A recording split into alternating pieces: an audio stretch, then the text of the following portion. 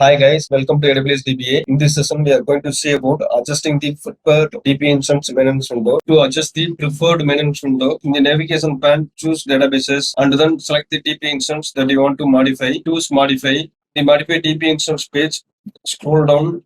In the maintenance section, update the maintenance window. You can choose start day and the start time and the duration. The maintenance window and the backup window for the DB instance cannot overlap. If you enter a value for the maintenance window that overlaps the backup window, an error message appears. So backup window and the maintenance window should be scheduled different day and time. Here I am choosing the backup window Wednesday 4 o'clock.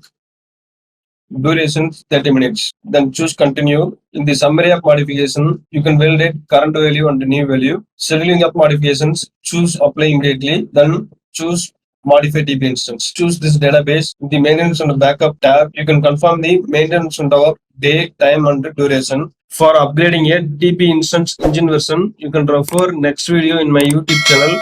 Thanks for watching this video. Please subscribe and refer to your friends.